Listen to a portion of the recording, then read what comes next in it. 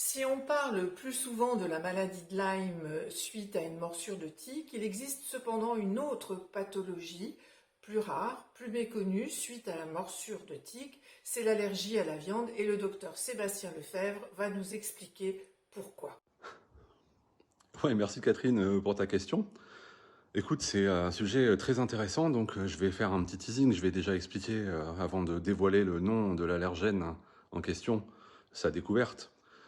En fait, il y a quelques années, dans les années début 2010, il y a un nouveau médicament qui est sorti qui s'appelle le cetuximab. C'est une chimiothérapie qu'on utilise dans les cancers colorectaux et dans les cancers ORL. Et nos collègues américains qui l'ont eu en premier se sont rendus compte qu'il y avait quand même pas mal d'anaphylaxie, mais dès la première perfusion. Et ça, pour un allergologue, c'est très bizarre, parce qu'il faut déjà être sensibilisé, donc déjà avoir une perfusion pour potentiellement réagir à la seconde. Et en fait, ils ont eu l'intelligence d'aller superposer des cartes, et ils se sont rendus compte que ça correspondait avec les régions d'infestation des tiques. Donc ils sont allés chercher un peu plus loin, et ils se sont rendus compte que dans les tiques, il y avait cet allergène, que je vous dévoile maintenant, qui s'appelle alpha-gal, qui est un sucre, donc ça c'est très bizarre, mais j'y reviens après, et que cet alpha-gal, il était effectivement présent sur le médicament, sur le cetuximab.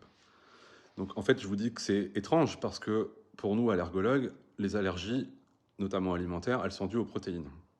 Et on ne comprenait pas pourquoi les gens faisaient des réactions un peu retardées, un peu bizarres, la nuit, après avoir mangé de la viande ou des abats.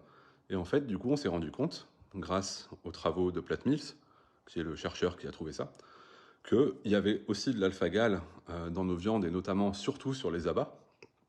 Et on a compris qu'en fait les gens qui étaient mordus par des tiques développaient des anticorps anti-alpha-gal et quelques heures après, le temps de la digestion, présentaient des symptômes alors qui peuvent aller comme d'habitude en allergologie, de l'urticaire à l'arrêt cardiaque, en passant par le choc anaphylactique, à cause de ça. Et on s'est aussi rendu compte qu'en évitant les morsures de tiques, on faisait baisser le taux d'IgE ou anti-alpha-gal et que du coup les patients pouvaient reconsommer de la viande.